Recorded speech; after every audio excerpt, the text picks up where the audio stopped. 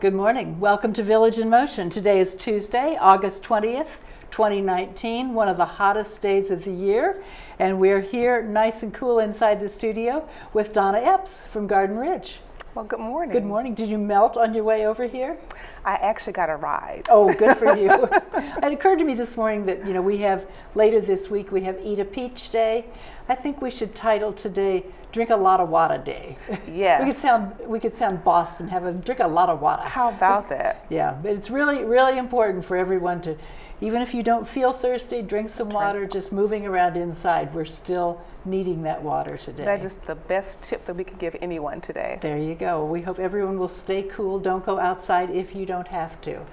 So lots going on at Garden Ridge. Yes, there is. And the thing I'm getting the most questions about now is what is all that jackhammering going on? I've talked about in the past, and I believe Greg Porter, our project manager, has also been on, but our next big repositioning project has officially begun at Garden Ridge. And so over the next year and a half or so, we will be doing some major renovation work. The work that people see now when they walk or drive past Garden Ridge is a preparation for the installation of a new elevator. That was a surprise to me. I walked across the bridge the other day. I was like, oh my, yes. Where's the front of the building? Yes. Yes. So what used to be the porch is now gone, and we have a crew out there working on the preparations that need to occur before the actual construction of the new elevators. Some supports for it, yes, probably. Yes, so there will be access to the second floor of Garden Ridge from the So this elevator will area. go from the first floor to the second floor from the lobby. Yes, so it will. Can I ask, why do we need another elevator? There's one just not far away. Right, well those, the elevators in Evergreen and in Rose Court, they go to all floors in Garden Ridge, and they give you direct access to the actual neighborhoods. And then if you're trying to get to the outpatient gym, it's a little bit of a maze. So this will give our residents, the visitors and staff, easier access to the outpatient satellite gym. Okay. Most people are familiar with the outpatient gym in Hunter's Crossing, but we also have an outpatient satellite gym in Garden Ridge.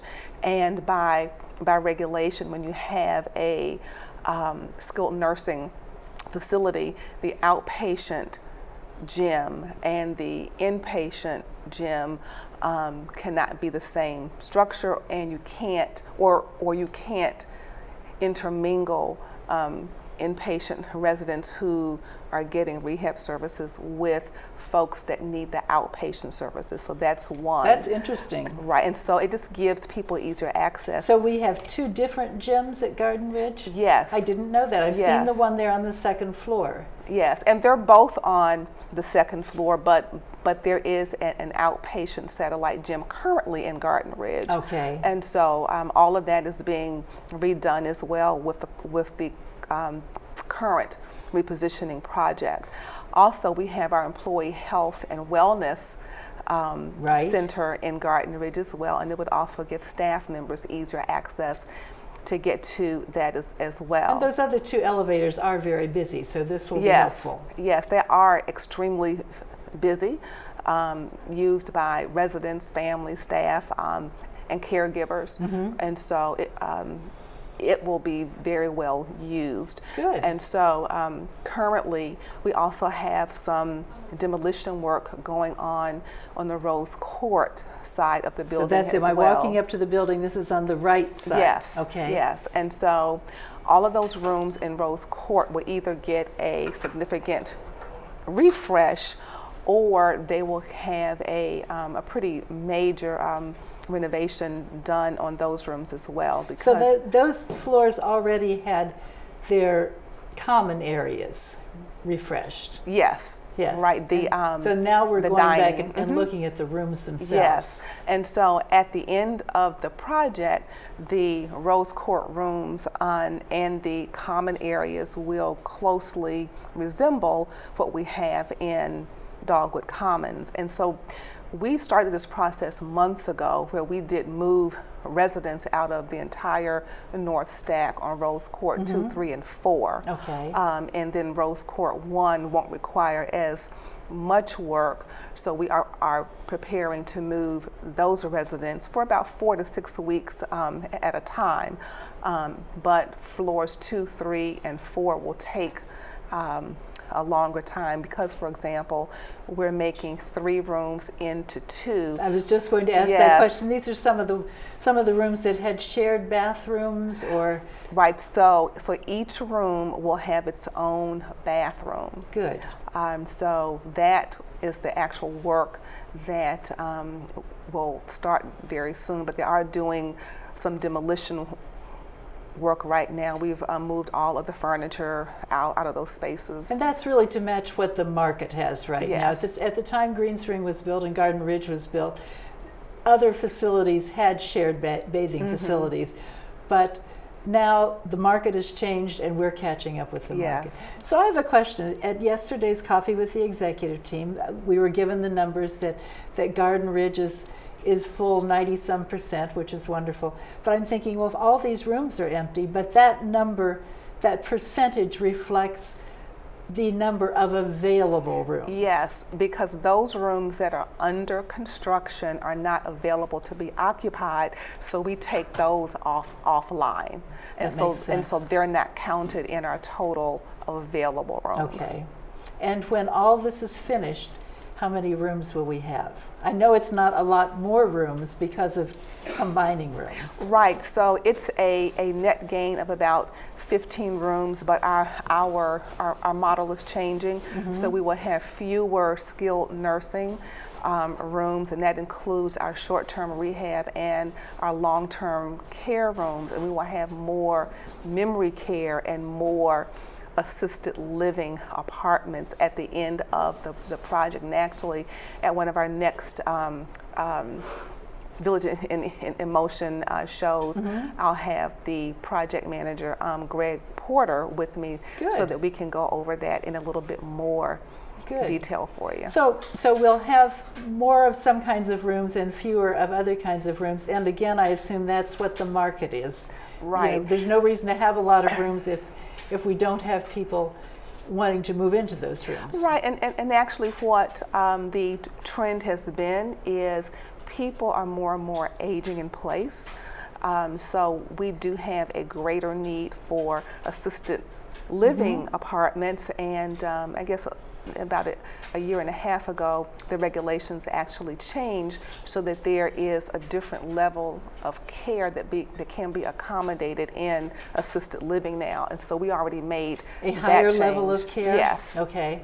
And I'm thinking back a few years to when my mother was in assisted living. There was a point where, looking at it, I thought, should she really be in skilled nursing? But I think that's reflecting that, where they were trying to keep her in the same room, but Yes. giving her more care. Yes, absolutely. And people have heard of the term aging in place, and what we like to think of it is helping people to age in the right place.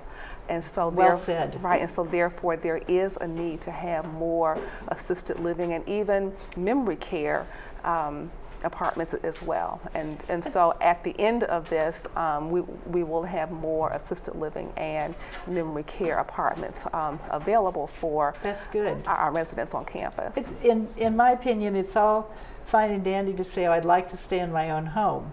But it's lonely in your own home. In my mother's case, she was 5 miles out in the country, sitting on a farm. You know, there she was in her own home. But it's lonely. If you're in assisted living, then you're with other people and activities and things to keep you stimulated. Yes, and not only do we have the activities, it's the level of care that you receive as well. Yes. Because you can be at home with a home support aide or a private duty aide, but you don't have the same level of socialization Yes. and activity. And if you have a sudden change in condition, you don't have to wait for a doctor's appointment, because we are staffed with clinicians 24 hours a Yes. day, 7 days They're a there. week. And what many people don't realize is the same providers that work in the medical center also provide care at Garden Ridge as well. well. And that's really key. Yes. Really key. So, yes. Speaking of all of that and all of the information you're giving us, there is a forum coming up, and I know it doesn't come under your auspices, Right. but it relates to Garden Ridge. And this has happened before. It's put on by the finance office, I think, called Transitioning to Garden Ridge, an overview forum. It will be on Friday, September 13th, 2019, from noon to 1:30. And if you have missed your cubby stuffer on this, and I will show you mine. It's all wrinkled because the cat spilled water on it, but it's very colorful, and it's just an hour and a half in Hunters Crossing Conference Center, I believe, and lots to learn there. I went to one a couple of years ago. My husband didn't go, and I'm making sure that he goes to this one because there's so much information, and you are invited to include your family members, Yes. if you have close friends that may help take care of you, and legal representatives. Yes. I took all the booklets from that and handed them to my lawyer, and she was thrilled to have that information. So it's going to tell you what services are available at Garden Ridge. How do I know if my loved one should move to Garden Ridge? Will Medicare automatically pay for my stay there?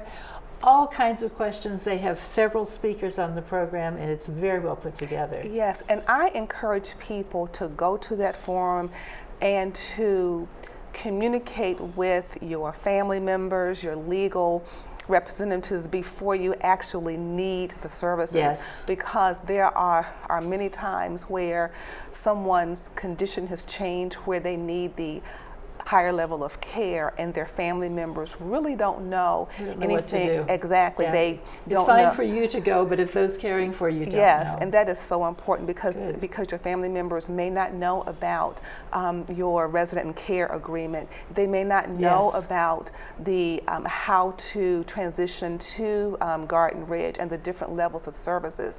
And it is just so important to be proactive Right. about that. So we invite everyone to come, and if you need a form for this, I'm sure that there are extras at the front desk. Yes.